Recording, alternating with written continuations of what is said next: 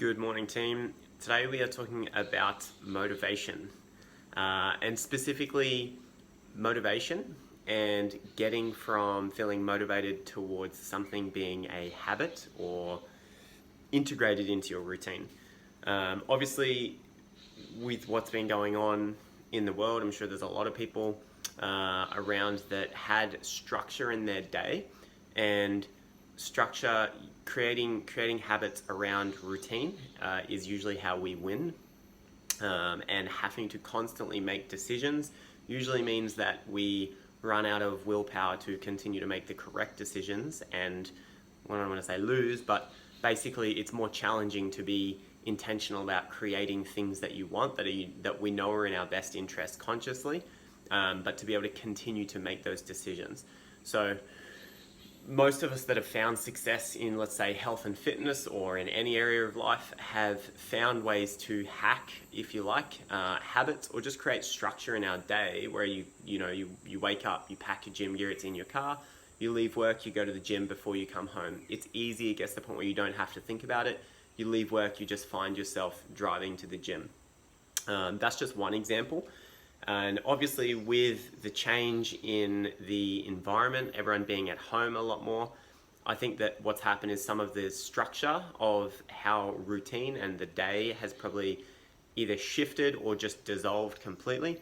And there's new temptations, like going from the couch to the fridge, to the couch to the fridge, to the computer, to the fridge, whether it's for distraction or boredom or anything like that. But the point is, the structure that helped us succeed without having to make decisions has been completely shifted for a lot of us. So today I wanted to talk about the process of how we actually go from, I guess, having a desire or a being inspired for something right through to creating a habit, and so that we can look at doing that in any environment. Let's say the new environment, which is now home, where there's maybe too much freedom in a sense. So basically the way that it goes is there's steps all the way from any time we're sort of setting I don't want to say setting a goal, but trying to incorporate a new routine or habit or something that's to our benefit into our life. And it generally goes like this. Step number one is inspiration. We see something, maybe it's something external that fires us up and gets us excited, or it could be an internal thing where we're just for some reason inspired for whatever it is. Step number two is motivation. We now see an opportunity to pursue whatever it is that we've been inspired by and see that we could ourselves make that a reality. That's motivation. After motivation comes intention. Think of that as our planning phase of we've got the motivation, we've seen what we're interested in, what we want to go after, and now we need to create a concrete plan to get us from A to B, if that's how we want to look at it. We'll talk a little bit more about that later. After intention comes discipline.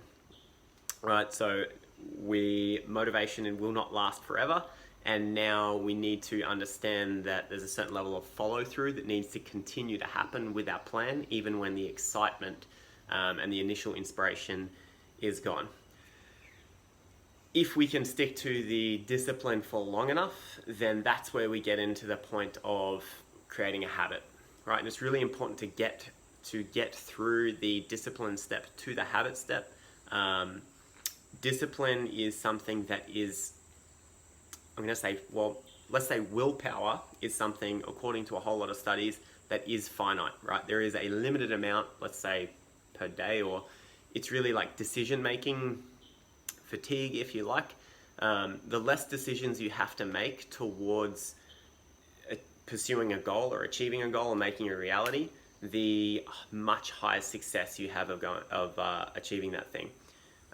So yeah, getting through the discipline to creating it as a habit is the key for sustainable success. The step after habit is actually passion. So that's, you do something routinely enough, we start to develop mastery in it, and then we find enjoyment and desire in the process. That's obviously the ultimate goal, and I know a lot of us in this community have got to that place within the gym, and we can carry the passion of training to home, and now it's not really a struggle to continue training at home because we already have developed it to the point where we are passionate about training.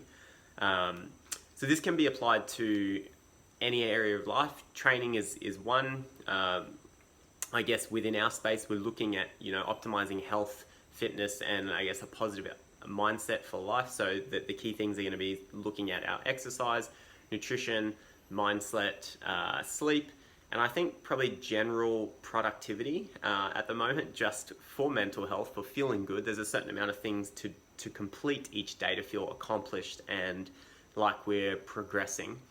So just a little bit on those steps is, like I said previously, the motivation is something that is actually short-lived. So I think some important considerations for each step. Number one is when you're inspired, I think it's important to clearly define why. If you truly understand what is it about this thing that is making you want to pursue it, then you have a much deeper connection to the reason, the true reason. Even when motivation might wane, you have that understanding of purpose, and I think that helps us follow through when it comes to the discipline. Discipline, provided that you do well with intention, and doing well with intention means creating a clear plan that is in your zone of challenge, right? If you're creating a plan that is far, far too challenging, regardless of discipline, it gets to the point where you just can't stick to it. An example of this is someone who has never exercised, they're inspired, they want to run a marathon, and day one, they think, well, I'll just run 42 kilometers.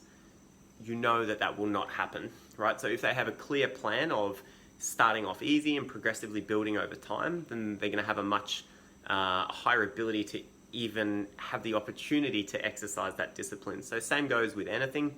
Let's meet ourselves in the zone of challenge. If you start off by underpacing a little, but you tick the boxes of completing the process, then the psychology of success feels good, and you find yourself naturally making more decisions that are in alignment with whatever that thing is anyway. So that's a key thing. After you've figured out your why of why is this important to me for inspiration, when we get to the intention, the planning, choose something that is appropriate for your current level of ability.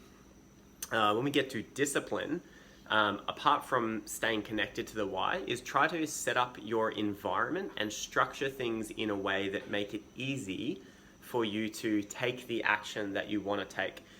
Think of this as, I guess, frictionless action or steps towards that. So an example for working out would be your gym equipment area is already set up, right? Clear a space out, organize your gear, have a plan so that you know what you're doing, and put your, exercise clothes on at a certain time, whatever it is. But I think it's a simple way to create less friction points between knowing what you need to do and being able to do that thing. So remove as many friction points as you can so that it's easy for you to just take action. In terms of the habit, obviously that's just repeatedly doing the thing.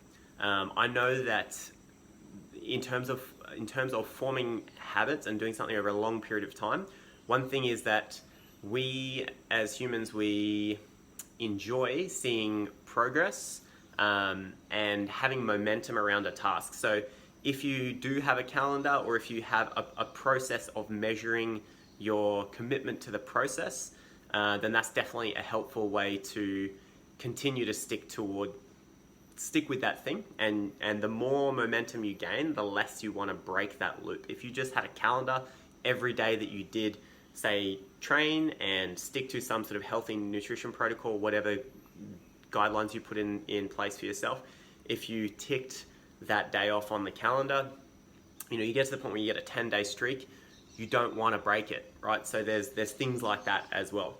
And yeah, the last thing is we should all be aiming to get to the passion phase. Like anything, our we never really achieve a goal when it comes to certain things. We can achieve a goal, but really the point is that, let's say when we're talking about health and fitness, there's no end point. Unless you're considering death, that the point really is there's no A and B. There's just, you have a body, you have some actions, they're going to consistently mirror your outcome will consistently mirror your actions with a little lag. There's no end game. Winning for us is finding passion in the process and becoming masters of the process so that our life circumstance reflects what we would like. It's a little bit of food for thought.